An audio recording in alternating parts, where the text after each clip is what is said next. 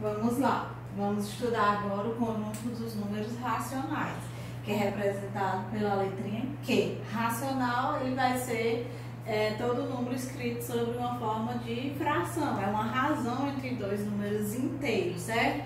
Na qual o meu A vai pertencer a qualquer número inteiro, 0, 1, menos 1, qualquer número.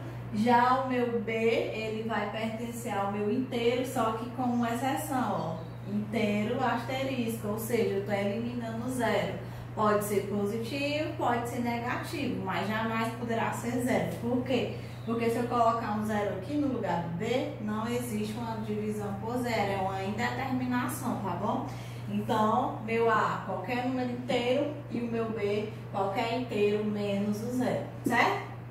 Como exemplo de racional, 2/3, menos 2/3, 2/5, 0,5, 3,5, 2,5, aí olha só, coloquei uma barrinha aí, o que é que está dizendo aí? Que esse 5 ele está se repetindo. Então esse 2,5 é um exemplo de uma dízima periódica, que também faz parte, né, do conjunto dos números racionais, certo? O 1 é um racional, o menos 1 é um racional, ou seja, conjunto dos racionais, vou colocar aqui o diagrama, ele já vai estar, olha só, aqui ele vai ser esse conjunto maior, dentro dele eu vou ter conjunto dos inteiros, que são os negativos e os positivos, porque já dentro desse inteiro eu vou ter os números naturais, por exemplo, 0, 1, 2, certo? E aqui nos inteiros negativos só, tá bom?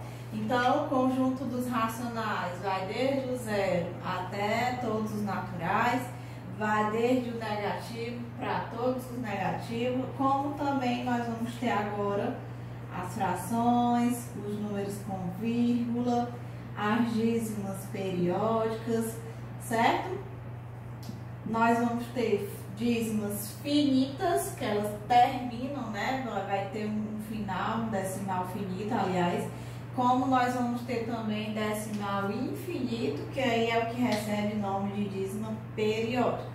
Por que periódico? Porque vai ter um período. O que é um período? É aquele número que está se repetindo novamente, tipo, aqui o 2,5, esse 5 ele nunca termina, vai estar sempre se repetindo.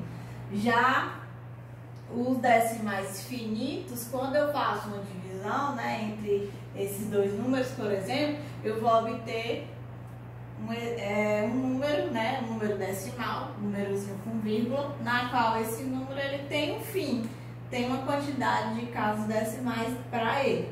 Já os que não tiverem vão ser as dízimas periódicas ou não, podem não ter período, que aí já entra um outro caso, né, um outro conjunto que vai surgir, que é o conjunto dos irracionais, que são dízimas que não tem período, né?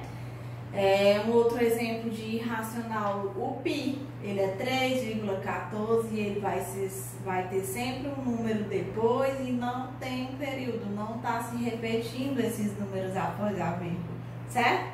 Que aí já fica para depois, né? A questão do conjunto dos irracionais, mas por enquanto nós estamos trabalhando apenas os racionais. De novo, frações, números inteiros, números naturais, números decimais, dízimas, certo? Isso tudo faz parte de onde?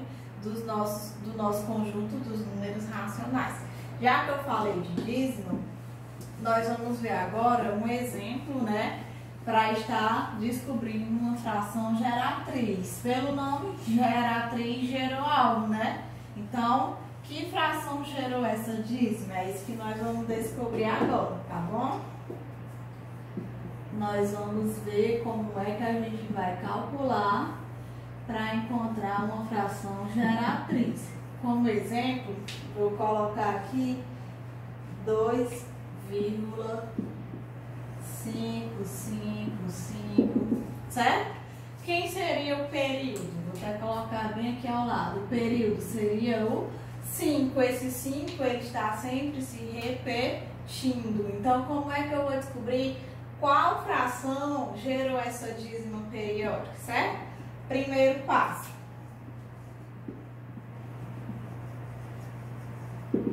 Vou chamar esse número de x igual a esse número que eu tenho aí, essa dízima que eu tenho aí, certo?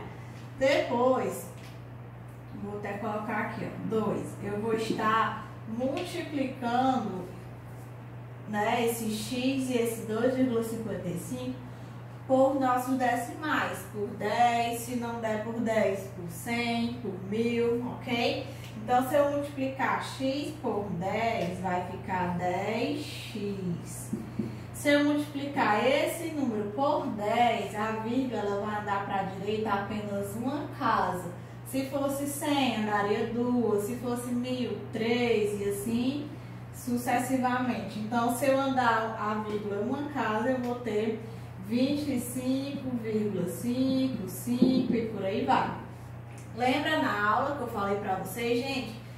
Quando eu fizer esses dois passos, eu vou fazer uma subtração desse que eu multipliquei pelo 10 com o que eu tinha inicialmente. Mas eu posso subtrair apenas quando o número que eu tenho após a vírgula eles forem os mesmos, para poder esses números se anularem, certo? Então, nesse caso, ó, já anulei, porque depois da vírgula aqui só existe 5, da mesma forma aqui embaixo. Aí, qual é o terceiro passo? Subtrair. Vou chamar aqui de equação 1 e aqui é de equação 2. Vou subtrair a segunda menos a primeira. Então, vou ter desse jeito aqui, ó. Quem é a segunda? 10x igual a 25. Vou logo tirar essa vírgula. Quem é a primeira? X igual a 2. Eu vou estar subtraindo. Então, 10x menos 1x, eu vou ter 9x. 25 menos 2, eu vou ter 23. Para esse 9 subir daqui, vou dividir ele dos dois lados. Se eu dividir ele aqui, esse 9 some, vai ficar apenas x e 23 sobre 9. Essa é a minha fração geratriz. Posso conferir? Posso. Fiz a minha questão, estou em dúvida se eu acertei o meu cálculo. Como é que eu vou tirar a prova? Fazendo a divisão. Então, vou fazer aqui no cantinho, ó. Eu tenho que dividir 23 por 9. Quando eu dividir, eu tenho que obter obrigatoriamente quanto? 2,55555, certo? Vamos lá. 2 é menor do que 9. Não posso dividir apenas o 2. Eu tenho que pegar o 23 para dividir para 9. Sempre maior por menor. Então, qual é o número que eu vou multiplicar por 9 que eu vou me aproximar do 23? Se eu pegar o 3, por exemplo, 9 vezes 3, 27. Vai passar. Então, eu tenho que pegar o 2, tá bom? Então, vamos lá. 9 vezes 2, 18. Agora eu vou subtrair, tá bom? 8 para 13, eu vou ter 5, vai 1. 2 menos 2, nada. Eu vou ter agora 5 para dividir para 9. 5 é menor do que o 9, então eu vou colocar aqui um 0. Se eu colocar o 0 aqui, eu ponho a vírgula. Agora sim eu posso dividir 50 por 9. Qual é o número que eu vou multiplicar por 9 que eu me aproximo dos 50? 9 vezes 5, 45. 9 vezes 6 vai passar, né? Então dá por 5. 9 vezes 5, 45. Vai sobrar 5. E aí, se eu colocar 0 de novo, vai ter outro 5.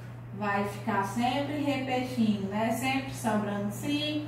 E o 5 vindo pra cá de novo, e dando 45, sobrando 5. Ou seja, não vai terminar. Obtive quem? A minha dízima, que era 2,55. Então, esse é o passo que vocês vão ter que fazer para estarem encontrando as frações geratrizes, tá bom? Então, estudem bastante, porque com certeza tem questões envolvendo fração geratriz na nossa avaliação bimestral, tá bom? E aí, Os demais casos, soma de fração, subtração, multiplicação, divisão. Já mandei também uma atividade para vocês sobre isso. Vocês deem uma revisada de como é que se soma frações, quando o denominador for diferente, como é que se multiplica duas frações, numerador com numerador, denominador com denominador, como é que se divide duas frações, repetir a primeira multiplicando pelo inverso da segunda, enfim. Todos esses conteúdos são conteúdos de ensino fundamental que vocês podem estar revisando e que vai estar ajudando vocês na avaliação, tá bom? É isso, tchau, até o próximo.